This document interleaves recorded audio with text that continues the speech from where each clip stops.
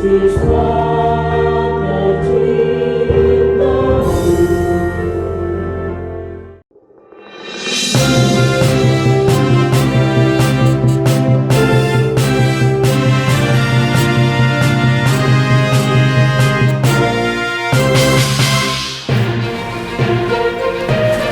Assalamualaikum warahmatullahi wabarakatuh. Bismillahirrahmanirrahim. Alhamdulillahirrabbilalamin.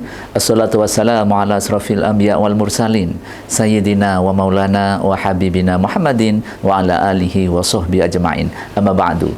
Pemirsa Sisma TV yang berbahagia, bagaimana kabarnya di hari ini?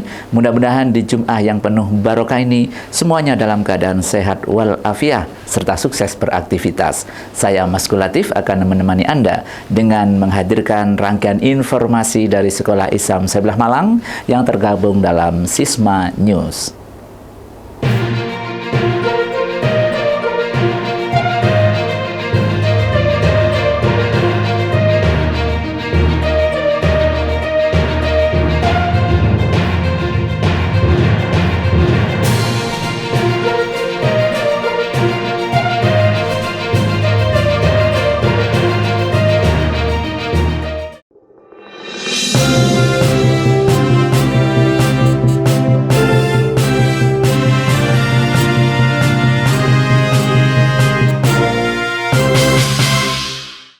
Baiklah pemirsa, informasi pertama akan kami hadirkan dari kegiatan keputrian di SD Islam Sebelah Malang Full Day School.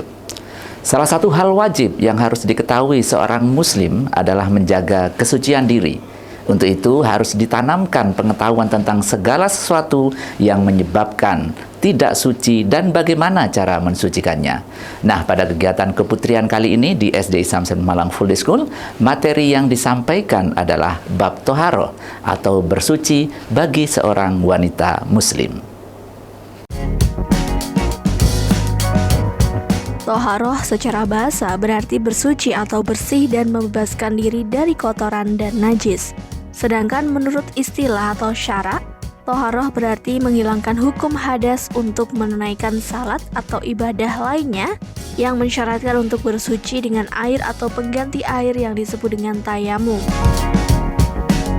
Secara umum, toharoh berarti menghilangkan kotoran dan najis yang dapat mencegah sahnya salat, baik najis maupun kotoran yang menempel di badan dan pakaian.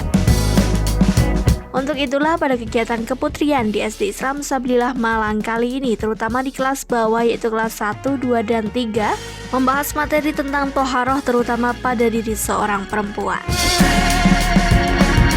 Apabila siswa sudah memahami dan menjalankan dengan baik tentang toharoh atau bersuci ini, maka syarat sah ibadahnya semakin sempurna, sehingga kemungkinan diterima ibadahnya semakin besar dibandingkan dengan mereka yang belum memahaminya.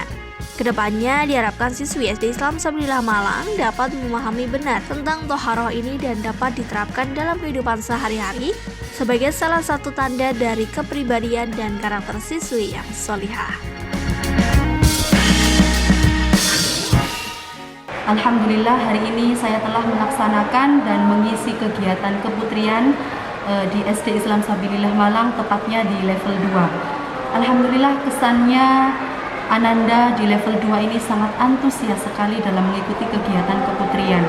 Ananda memperhatikan dan mendengarkan dengan seksama. Bahkan ada beberapa Ananda yang sampai mengajukan pertanyaan. Nah, dari sini kita bisa simpulkan bahwa kegiatan keputrian ini sangat-sangat bermanfaat bagi Ananda. Karena dengan adanya kegiatan keputrian ini adalah kesempatan kita untuk menanamkan akidah dan fikih kepada anak-anak sejak usia dini.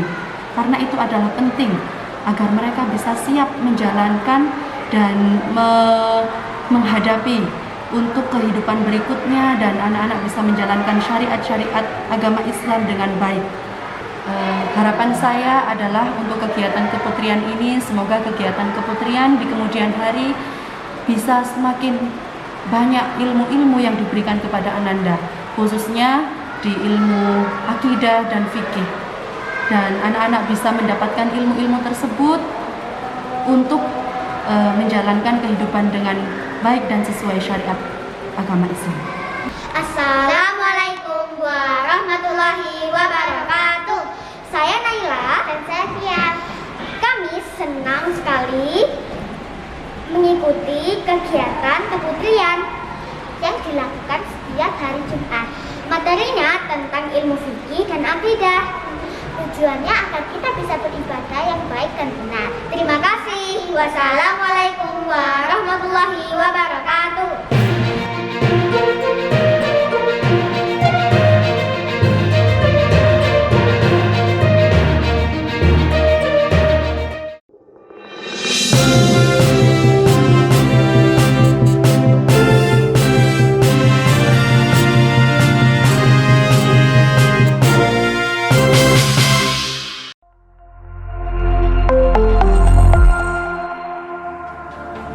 Kegiatan pagelaran Orkestra Simfoni Hasanah Bangsa ini sebagai pertanda produktivitas pembelajaran ekstrakurikuler dengan tujuan untuk memupuk kemampuan berkreasi, kemampuan berekspresi, kemampuan berkolaborasi, dan sekaligus keberanian siswa dan santri Sekolah Islam Sabilah Malang sehingga siap menghadapi kehidupan yang semakin penuh dengan tantangan-tantangan.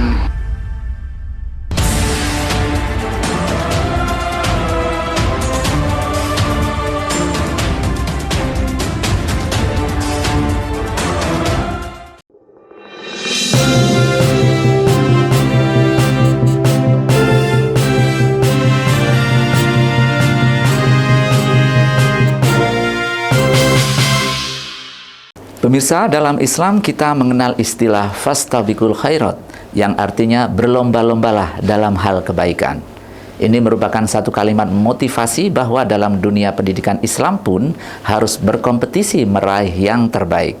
Nah, pemirsa Sisma TV yang berbahagia, kali ini akan kami hadirkan informasi bagaimana sosok siswa SMA Islam Sabilah Malang Boarding School yang berupaya menjadi sosok pelajar juara yang merupakan salah satu outcome yang diharapkan dari pembelajaran di Sekolah SMA Islam Sabilah Malang Boarding School. Muhammad Uwais Thorik Ababil namanya. Selamat menyaksikan. Kompetisi adalah persaingan. Dalam hal positif, tentunya yang dapat digunakan sebagai alat motivasi untuk mendorong anak didik agar mereka bergairah dalam belajar. Persaingan baik dalam bentuk individu maupun kelompok diperlukan dalam pendidikan, yang dalam pendidikan Islam dikenal dengan istilah fastabiqul khairat, yang artinya berlomba-lombalah kalian dalam hal kebaikan. Dan ini merupakan perintah agama yang harus ditaati. Banyak hal yang dapat diperoleh dengan kegiatan kompetisi atau lomba bagi siswa. Di antaranya menciptakan perasaan positif, seperti saat berhasil memenangkan sebuah kompetisi dengan proses yang sehat. Perasaan puas yang positif pun akan muncul, sehingga memunculkan rasa percaya diri karena siswa juga akan mengenali potensi yang ada pada dirinya. Dan seperti apa yang telah dirasakan oleh M. Uwais Thorik Ababil, siswa SMA Islam Sabilah Malang Boarding School, yang telah banyak melahirkan prestasi. Di antaranya, peraih medali perak ajang sains tingkat nasional bertajuk Indonesia Applied Science Competition, karya terbaik lomba puisi dalam kegiatan lomba online tingkat nasional yang diselenggarakan oleh Inspita atau Inspirasi Tinta, peraih medali emas dalam kegiatan Diva Competition 3.0 tingkat SMA sederajat se-Indonesia yang diselenggarakan oleh CV Divya Cahaya Prestasi, dan pastinya masih banyak lagi yang telah ia raih.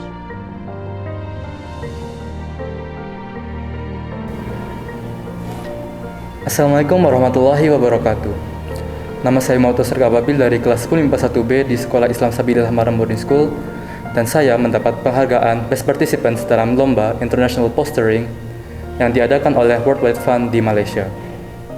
Awalnya saya memang hanya mencoba-coba, karena sejak dulu saya sudah memiliki minat dalam hal desain, terutama di digital design.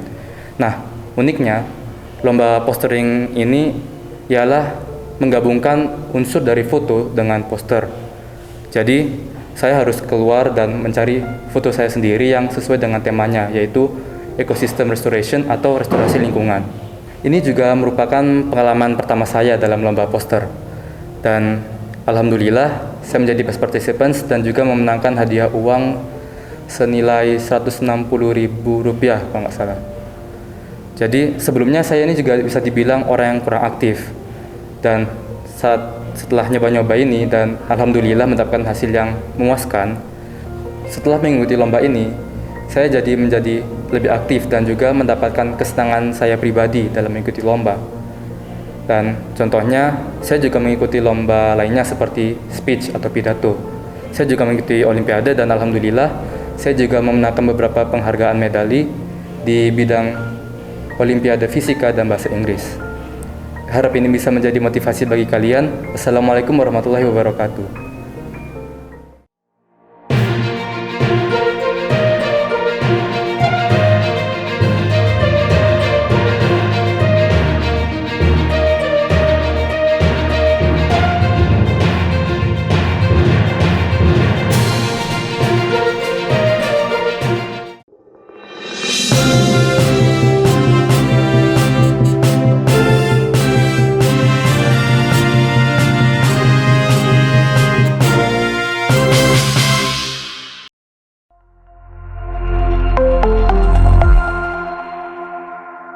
Alright, that's it for today. Hope you enjoy our activity.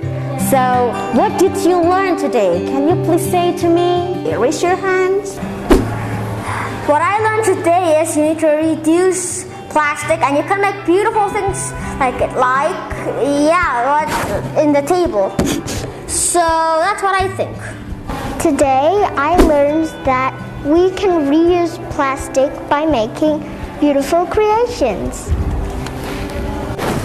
I think that we can use plastics and trash into something more useful that we can use every single day. That's great! Give applause, everyone! Alright, see you next week. Bye-bye!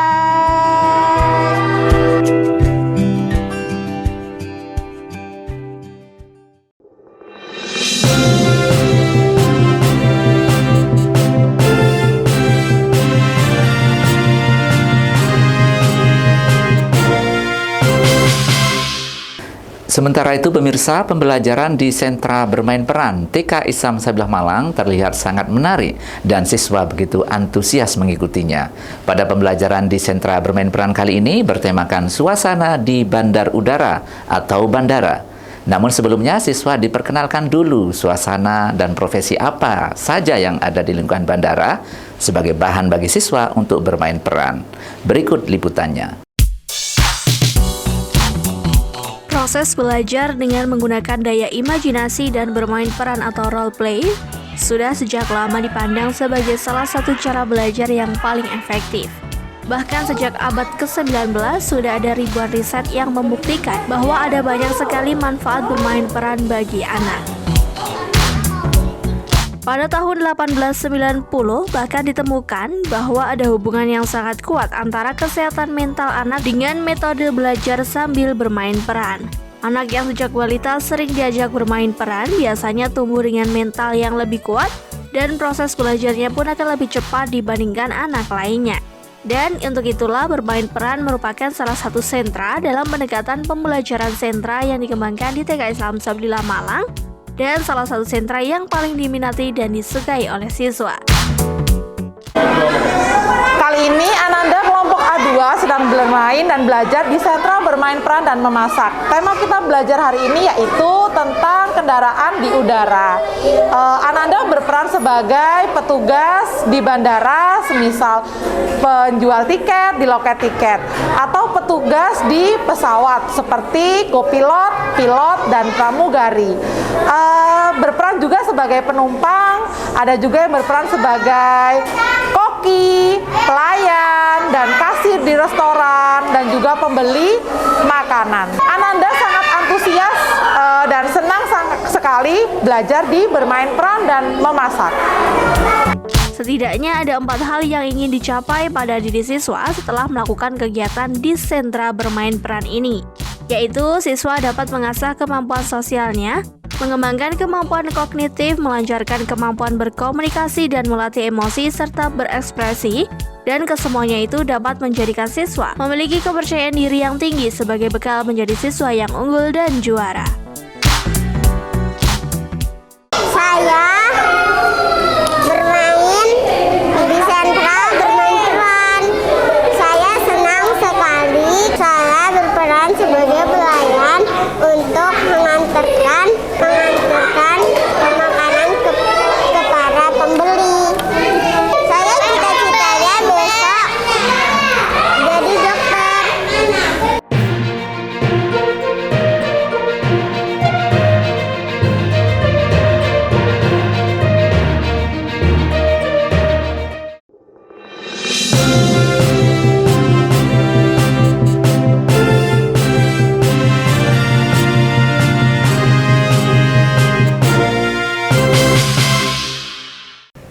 Assalamualaikum warahmatullahi wabarakatuh. Bismillahirrahmanirrahim. Kaum muslimin, warga Malang, warga Jawa Timur, utamanya warga NU dimanapun berada, mari kita sambut gembira datangnya TV pendidikan digital, TV pendidikan yang dikelola oleh Lembaga Sabilillah Kota Malang, yaitu Sisma TV.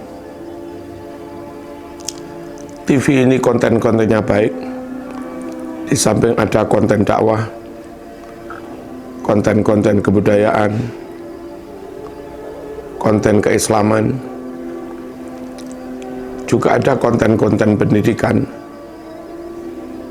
disampaikan oleh para pakar, disampaikan oleh para doktor yang memang ahli di bidang pendidikan. Mari kita ikuti, mari kita tonton, mari kita simak, dan tentu mari kita ambil hikmah, pelajaran dari Sisma TV. Sekali lagi, Sisma TV. Wassalamualaikum warahmatullahi wabarakatuh.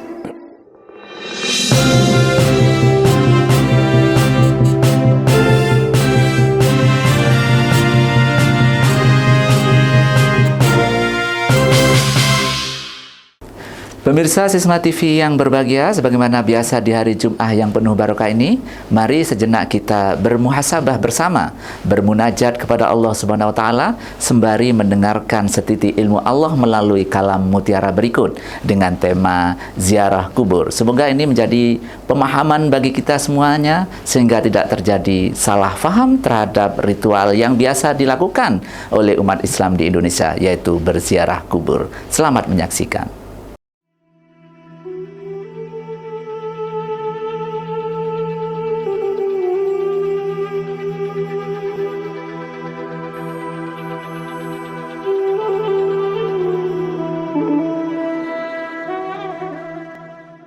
Assalamualaikum warahmatullahi wabarakatuh.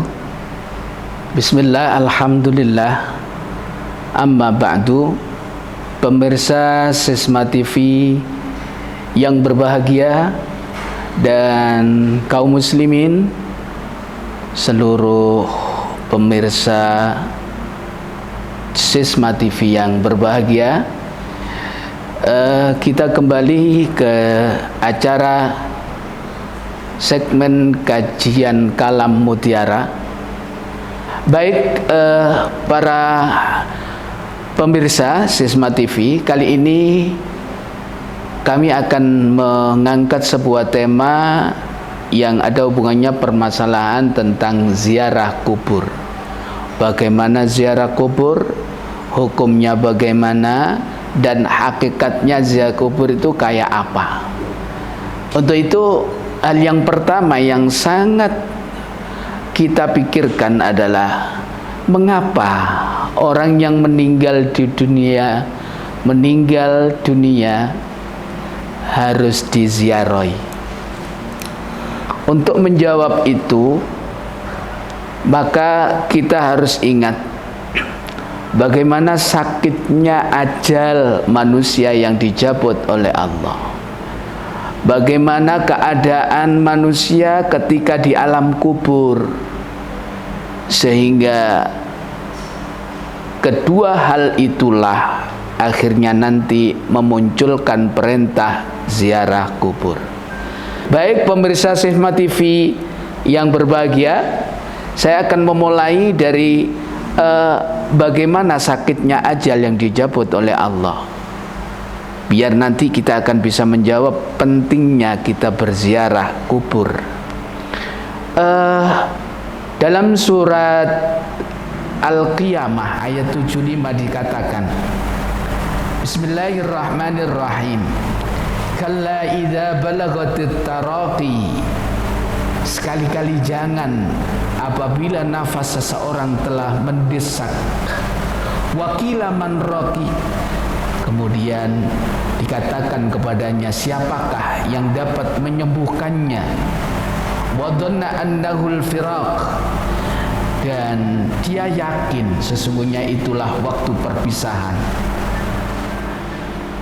Ayat ini menyebutkan bahwa menerangkan sakitnya ajal yang dijabut oleh Allah tidak akan bisa ditolak ketika Allah mendatangkan ajal seseorang.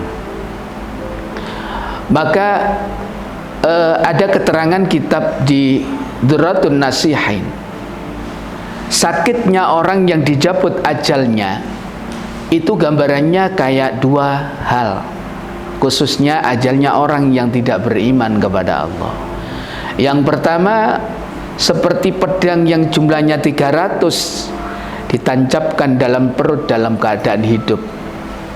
Dan yang kedua, dikelupas kulit manusia dalam keadaan hidup sekujur badan manusia. Kita tidak bisa membayangkan bagaimana sakitnya ajal yang dijabut oleh Allah. Tetapi bagaimana dengan orang mukmin? Orang mukmin sebaliknya, pencabutan ajal yang dijabut oleh Allah seperti halnya rambut. Satu helai rambut diletakkan di jeladren roti, diletakkan di air, kemudian rambut itu dijabut, maka tidak ada rasa dan suara sedikit pun saat dijabutnya. Ini menunjukkan bahwa ketika ajal manusia, orang yang beriman dijabut oleh Allah, dia tidak merasakan sakit sedikit pun seperti halnya orang-orang yang munafik dan kafir tadi itu. Kemudian bagaimana saat di kuburan?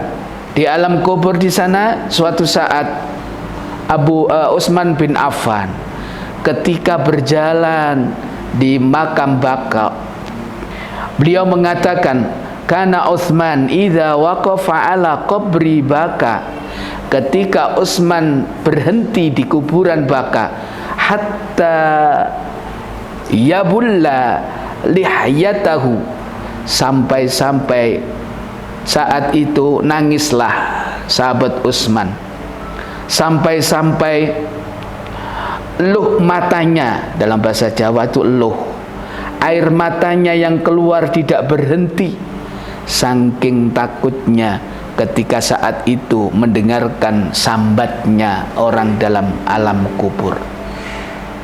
Tetapi ketika faqila lahu tunkarul jannah wan nar fala tabki, ketika ada kabar tentang surga dan neraka, justru Utsman bin Affan tidak menangis. Nah, pertanyaannya adalah, kenapa Utsman sampai mendengarkan suara alam kubur, siksaan orang-orang yang meninggal di alam kubur? Ini karena mukasyafah, hati yang terbukanya Utsman oleh Allah dibuka, sehingga alam gaib pun Utsman bin Affan bisa melihat. Rintihan tangisan mayat di alam kubur, Utsman bisa melihat dan merasakan, sehingga Utsman menangis dan menjerit sampai luh matanya tidak pernah berhenti. Nah, dengan gambaran itulah maka gambaran yang ketiga pula, kenapa sampai-sampai diperintahkan kita sebagai umat Islam untuk berziarah kubur. Yang ketiga adalah karena alam kubur itu gelap gulita. Ketika kita melihat, coba alam kubur berapa ukurannya? Ketika kita melihat di situ tanpa teman, tidak ada lampu, secara akal kita akan bisa membayangkan begitu gelapnya dan sempitnya alam kubur yang dibuat oleh manusia untuk mengkubur orang-orang yang meninggal dunia. Tetapi kita sebagai umat Islam akan yakin bahwa alam kubur yang gelap itu akan bisa terang benerang, ngalah-ngalah nih terang benerangnya di alam dunia, yang ketika saat ada matahari yang bersinar, ketika malam hari ada lampu yang begitu terang, itu semuanya kalah terang ketika ada orang Islam, ada orang yang beriman di alam kubur, dia menunggu dan mati di sana, ternyata ada beberapa amaliyah yang bisa menerangkan alam kubur, yang bisa meluaskan alam kubur yang sempit. Salah satunya adalah Al-Quranul Karim. Al-Quran syafa'atul uzma, syafaat pertolongan yang besar bagi penghuni kubur yang saat di dunianya istiqomah membaca Al-Quran. Maka berdasarkan 3 peristiwa inilah, lalu kita sebagai orang yang hidup, anak turunnya orang yang mayit yang meninggal, diperintahkan untuk berziarah kubur. Nah, saat itulah ada perintah bahwa ziarah kubur adalah perintah yang diperintahkan oleh Rasulullah sallallahu alaihi wasallam. Oleh karena itu Rasulullah pernah mengatakan, qala Rasul, nahaitukum an ziyaratil kubur fazuruha. Sebelum ada perintah, Rasulullah memang pernah dilarang oleh Allah. Nahaitukum an ziyaratil kubur, pernah dilarang untuk ziarah kubur. Tetapi ada perintah berikutnya, fazuruha, maka berziarahlah kamu ke mayat dan kuburan yang engkau miliki atau keluarga kalian. Disinilah pentingnya berziarah kubur. Ada yang lain, hadis yang mengatakan, diceritakan dari Abi Hurairah radhiyallahu anhu, qala Rasul sallallahu alaihi wasallam, an azura qabraha fa'adhanali. Kemudian oleh Allah Subhanahu wa taala, aku disuruh untuk berziarah kubur ibuku, dan oleh Allah fa'adhanali, mengizinkan terhadap aku. Beberapa ulama mengatakan perbedaan pendapat, dan ada pendapat-pendapat tentang ziarah kubur. Ini sebagai renungan. Yang pertama, pendapatnya Imam Ahmad bin Hambal, Imam Hambal. Beliau mengatakan diperbolehkan, bahkan disunahkan untuk berziarah kubur. Kemudian Imam Nawawi Al-Bantani, beliau waktu hidupnya semasanya pernah jadi imam kubro, imam besar di Masjid Makkah. Beliau mengatakan bahwa ziarah kubur adalah disunahkan karena itu merupakan lelampahanipun kanjeng Nabi Muhammad sallallahu alaihi wasallam.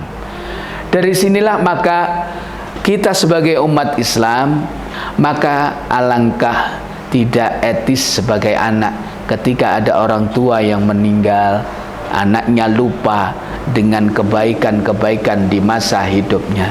Demikian pemirsa Sesma TV yang berbahagia, ziarah kubur merupakan sunnah dan lelakonanipun kanjeng Nabi Muhammad sallallahu alaihi wasallam yang perlu kita tiru sunnah dan perbuatan beliau.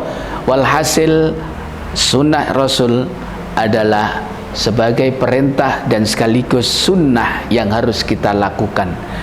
Karena hakikatnya ketika kita berziarah kubur, bukan berarti kita minta kepada yang kita ziarahi, tetapi hakikatnya adalah kita minta kepada Allah, berdoa kepada Allah, bertawasul dengan orang-orang yang besar, maka diperbolehkan. Contoh, bijahin Nabi wa bi karamati Syekh Abdul Qadir Al-Jilani an taj'alana bla bla bla bla dan seterusnya.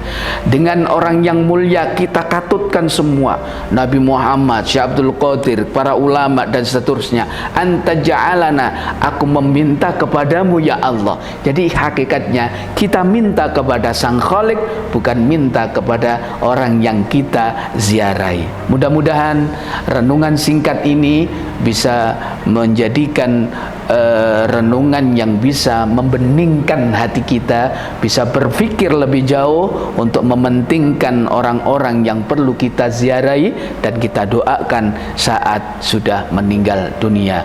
Wa akhiran ihdinas siratal mustaqim wal afwa minkum. Wassalamu alaikum warahmatullahi wabarakatuh.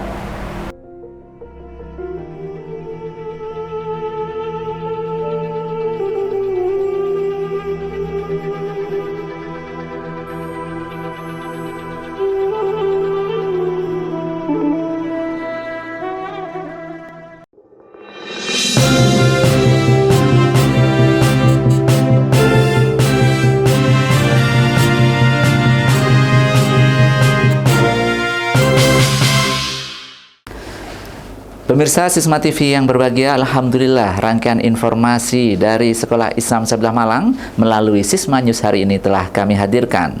Semoga dapat menginspirasi kita semuanya. Saya Mas Latif beserta seluruh kerabat kerja mengucapkan terima kasih atas perhatian Anda. Tak lupa kami selalu mengingatkan tetap jaga kesehatan dengan mematuhi protokol kesehatan yang ada. Sisma TV mendidik membangun peradaban dunia. Wallahul muwaffiq ila aqwamit thoriq. Assalamualaikum warahmatullahi wabarakatuh.